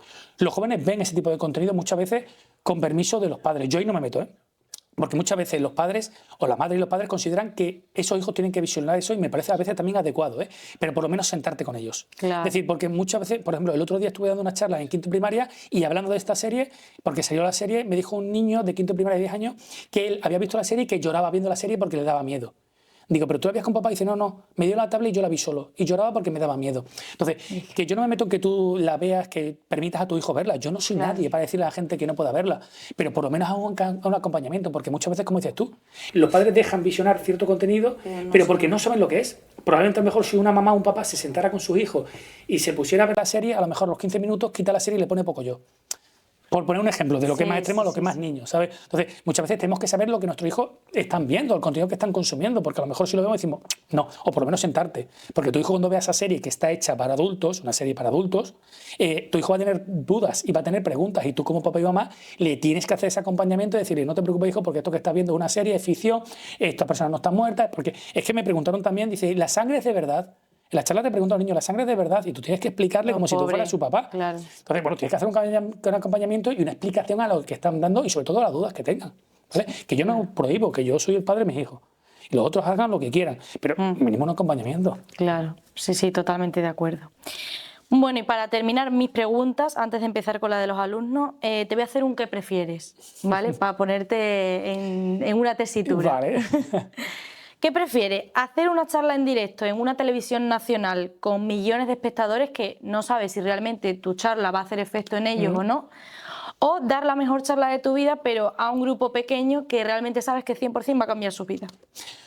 Pues es una buena pregunta. ¿Por qué? Porque yo te diría que por ámbito profesional te encantaría salir a la televisión, ¿sabes? Pero sí que es verdad que las charlas cuanto más pequeñas son mejor. Es decir, cuando el grupo es más pequeño, es decir, porque muchas veces te dicen, sobre todo a raíz del COVID, siempre, cuando se terminó el COVID, perdón, te agrupaban las charlas para que darlas antes y tal, pero cuanto más agrupados están los jóvenes, más dispersos. Es decir, se empiezan a dar collejas, tal. Entonces yo siempre digo que mejor las charlas clase por clase. Entonces sí que sería mejor para la de información el tema de ir clase por clase. Para egoísmo profesional, en la televisión a tope. Claro. Muy bien, Manuel. Pues voy a hacerte ahora las preguntas de los alumnos, ¿vale? Sí. En primer lugar, una pregunta que he visto interesante, porque esto pasa mucho en muchos alumnos que tienen pues sus carreras y demás. Sí. Uno preguntaba, que se llama Miguel, que como vio que daba charlas en ciberseguridad y demás, si estuviste en alguna unidad o brigada de ciberseguridad y que en el caso afirmativo contarás la experiencia, o cómo es estar dentro de esas unidades o cómo trabajan, porque este chico tiene la carrera de Ingeniería Informática y está opositando también porque le gustaría entrar en una de esas unidades. Yo no tengo formación, yo me he formado propiamente, es decir, a base de ver denuncias, de leer denuncias, de ir a los compañeros de judicial, de informarme, y yo informarme también por fuera de todo lo que son las estafas digitales, de cómo identificar páginas fraudulentas, los métodos fiables de pago, cómo se hace la denuncia. Bueno, pues yo he hecho una autoformación propia con los preguntando a los compañeros que saben, y también yo, mira, propia del día a día, seguir investigando, seguir viendo. Yo, por ejemplo, en el portátil de mi casa tengo un antivirus de pago muy potente, y cuando me llevo una estafa digital, la redirijo a mi portátil y yo me meto a la página, ¿eh? Me meto a la página, si es un troyano que me salta, se lo come el antivirus, y si no, yo me meto a la página. Porque yo quiero ver, porque luego hago captura de pantalla y las proyecto en mis charlas. Pero yo me expongo, ¿sabes? Entonces, bueno, pues yo en la posición de control, es decir, como si era un autodidacta, ¿vale? ¿Y cómo son los grupos de investigación? Hombre, pues yo estoy en Comisaría Don Benito Villanueva, que el grupo de investigación, Policía Judicial solo tiene un grupo, ¿vale? Investiga todo. Unidades en Madrid y tal, bueno, pues cada una tiene una unidad diferente. El tema de investigación, pues cada una la lleva de una manera secreta, ¿no? Porque si vas contando realmente cómo son las investigaciones de las unidades, probablemente también se enteren los malos, y eso es lo que no nos conviene. Claro. Si él tiene una carrera de informática, se lo van a rifar. Claro. Ya te lo digo, pues yo tuve una compañera hace eso 2 lo años digo yo. que tenía una carrera de ingeniería informática, tenía un máster informático, y llamaban, mientras estaba en práctica, llamaban de comisarías de sitio de España para cuando jugara el cargo si se quería ir. Porque es un perfil técnico Que muy necesitan importante. también. Claro, necesitamos la policía perfiles técnicos. Claro. Porque estamos diciendo que las estafas digitales nos están dando. Sí. Y hablando de comisarías, porque Ángel de Pando, otro alumno nuestro que Sí. además tiene muchas posibilidades de ser apto este año, pues pregunta que qué destino recomendarías para unas buenas prácticas, tanto como lugar en España, si merece la pena ir a una jefatura, o tocar mucho de todo, o una comisaría local que pueda tener más calma, pero que sea un trato mucho más cercano. A ver, es difícil. ¿Por qué? Porque yo normalmente se suele decir que en las prácticas te vayas cerca de tu casa para reunir dinero, porque luego no seas profesional, te tienes que ir a un destino fuera, tienes que pagar una casa, tal y como está la cosa. Sí que es verdad que no hace falta una comisaría local, sino una comisaría provincial. Vas a tocar todas las unidades. Dentro de una comisaría provincial hay todas las unidades dentro de Policía Judicial, vas a estar pasando por todas las unidades, y sí que es verdad que el volumen de trabajo que tienen comisarías más grandes es a lo mejor para los propios compañeros de práctica, porque van a estar en muchas unidades, van a ver cómo es el desempeño profesional, van a explicarles muchas veces cómo son las investigaciones, y van a tocar muchos palos. Las comisarías locales sí que son más chiquititas, pero no hay tantos grupos especializados. Entonces, a lo mejor un compañero hace una cosa, otro compañero otra. Si te toca con este compañero, no vas a estar atento a otra. Es ya lo que cada uno quiera, las necesidades que tenga cada uno. Vale, y por último ya termino, que si no me quedo esta chica sin resolver su duda, que es Mónica Belda, que dice: ¿cree que los centros de formación y las asociaciones, así como los organismos gubernamentales, están realmente trabajando para disminuir la incidencia del problema sobre el uso de las redes sociales y los peligros que conlleva? Sí.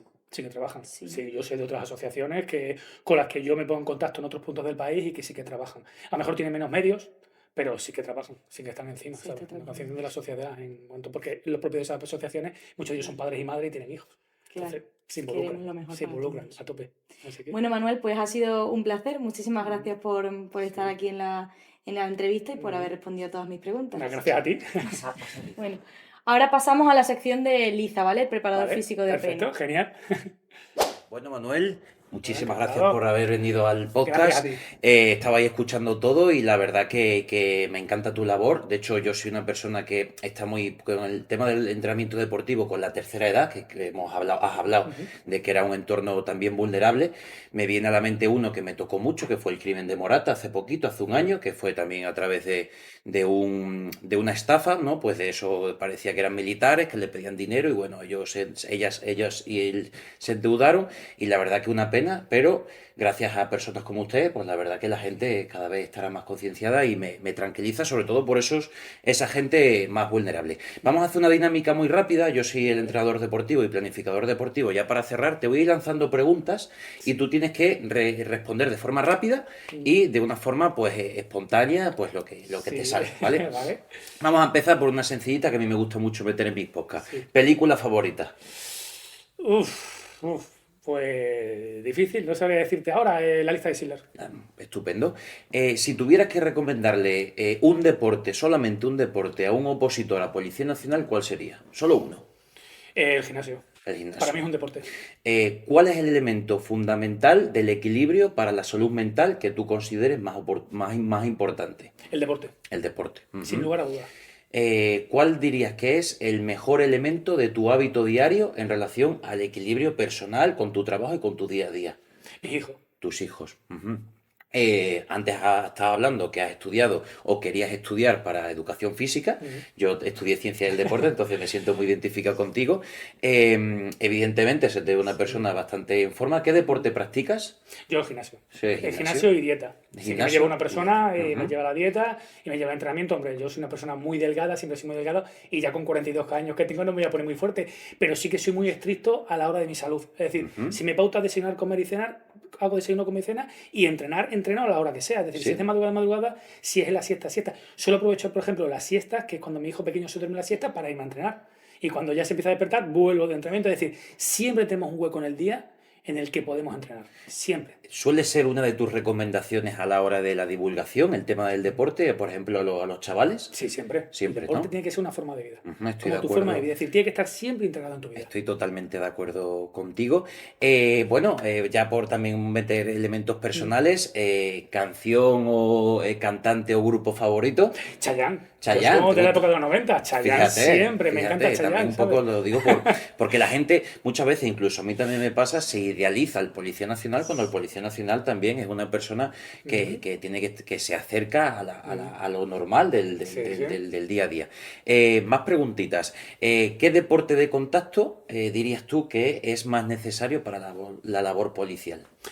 Cualquier arte marcial. Cualquier arte marcial. Cualquier arte marcial. No, o boxeo, por ejemplo. Es decir, cualquier lucha. Es decir, cualquier de lucha, MMA, es decir, cualquiera de estos nuevos que hay ahora. Es que no sé cómo se llama este brasileño, jiu-jitsu o algo así. ¿El jiu-jitsu? Me da igual, cualquier Aquí arte. practicamos unos Me pocos parece cualquier. jiu-jitsu. Judo, karate, jiu-jitsu, taekwondo, boxeo, es decir, cualquier arte marcial. Sí. El arte marcial para mí es muy conveniente. ¿Consideras que es el deporte de contacto afín a la violencia o crees que los deportes de contacto también tienen un entorno de filosofía y de reflexión? O sea, en base Sí, a lo sí, que tú también. hayas visto en la calle, por ejemplo. Si es deporte, no puede ser afín a la violencia. Es decir, porque todos estos deportes que estamos hablando, que son deportes de contacto, tienen una serie de reglas. Y entre las reglas no escritas, que son morales de la propia persona, es el respeto al adversario.